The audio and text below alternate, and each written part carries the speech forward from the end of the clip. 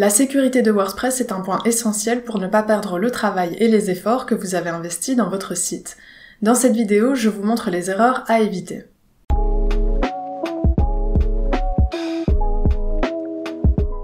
Bonjour, c'est Nora et sur cette chaîne, je vous aide à optimiser votre site WordPress. Pour bien sécuriser WordPress, il y a des principes à respecter, mais aussi des erreurs à ne pas faire. Je vous montre tout de suite lesquelles. La première erreur à ne pas faire, et elle peut paraître un petit peu surprenante, c'est de ne pas avoir trop de comptes administrateurs. Pour voir les comptes administrateurs sur votre site, il faut cliquer sur Compte.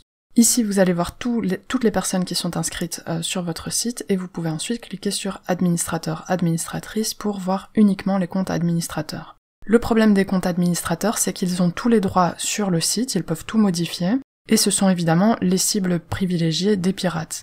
La règle à retenir, c'est que lorsque vous devez créer un compte administrateur pour une personne, souvent des développeurs qui travaillent sur votre site, il faut penser à les supprimer lorsque la personne n'a plus besoin d'accéder à votre site. Une deuxième question à vous poser, c'est est-ce que la personne qui doit accéder à mon site a besoin de tous ses droits? Est-ce que cette personne a besoin de modifier l'ensemble du site? Dans WordPress, vous avez des rôles différents, par exemple des rôles contributeur, contributrice ou éditeur, éditrice. Ces rôles-là donnent un accès limité à WordPress, mais qui peut être suffisant si vous avez simplement des gens qui postent des articles sur votre site, par exemple.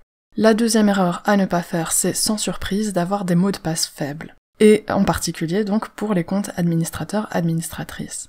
Un mot de passe fort, c'est un mot de passe qui est long, qui est unique, donc que vous n'utilisez que sur un seul site et qui comporte différents caractères, des chiffres, des lettres et des symboles. Ce que je vous conseille pour vous assurer d'avoir des mots de passe forts, c'est d'utiliser un gestionnaire de mots de passe. J'ai un tutoriel sur LastPass que je vous mettrai dans la description. Ces gestionnaires de mots de passe ne sont pas infaillibles évidemment, mais c'est souvent bien mieux de les utiliser plutôt que de compter sur votre mémoire. La troisième erreur à ne pas faire, c'est de ne pas activer la double authentification. Si vous utilisez des mots de passe forts, comme je l'ai dit, ce n'est pas infaillible, le principe des mots de passe n'est jamais infaillible, il peut toujours y avoir des mots de passe qui sont décryptés, qui sont sur des banques de données en ligne. Pour remédier à ça, il faut utiliser la double authentification. J'ai un tutoriel sur le sujet que je vous mettrai aussi dans la description, mais en général le plus facile pour utiliser la double authentification sur WordPress, c'est d'utiliser une extension. Dans mon cas, j'utilise WordFence et dans l'option Login Security, il y a un paramètre pour activer la double authentification pour chaque compte.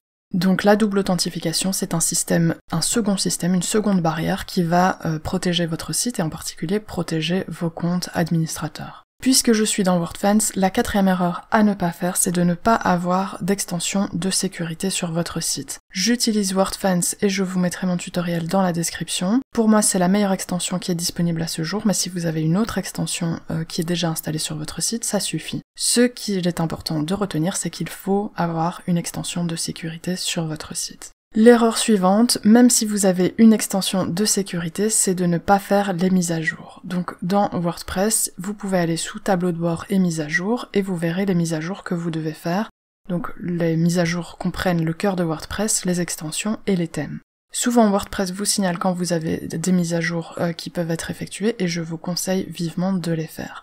Vous pouvez également décider d'activer les mises à jour automatiques, comme ça vous n'aurez pas à le faire manuellement. Pour ça, il suffit de vous rendre dans Extensions. Vous avez la liste des extensions qui sont installées sur votre site et à droite, vous pouvez activer ou désactiver les mises à jour automatiques. Je n'ai pas activé la mise à jour pour cette extension, donc je clique simplement sur Activer la mise à jour et la mise à jour automatique est activée. Vous pouvez également sélectionner plusieurs extensions et dans les actions groupées, activer les mises à jour auto avant d'appliquer l'action groupée. Pour les thèmes, il suffit d'aller dans Apparence thème. Et là, si vous cliquez sur les détails du thème, vous pouvez activer ou désactiver de la même manière les mises à jour automatiques. Et enfin, la dernière erreur de sécurité à ne pas commettre, c'est d'ignorer les thèmes ou les extensions qui sont obsolètes. Si vous avez une bonne extension de sécurité comme WordFence par exemple, votre extension de sécurité va vous signaler que un thème ou une extension sur votre site n'a pas été mise à jour depuis un certain nombre de mois, et donc que ce thème ou cette extension peut être considéré comme non sécurisé à cause de ce manque de mise à jour, à cause de ce manque de développement. Dans ce cas, il va falloir essayer de trouver des alternatives au système que vous utilisez. Souvent, c'est plus facile de trouver une alternative à une extension que vous utilisez, mais si votre thème est obsolète, c'est important de penser à le changer assez rapidement. J'espère que ce tutoriel vous a été utile et que vous pourrez bien sécuriser votre site. Si c'est le cas, n'hésitez pas à liker cette vidéo et à vous abonner. Vous pouvez me poser vos questions en commentaire et je vous dis à bientôt.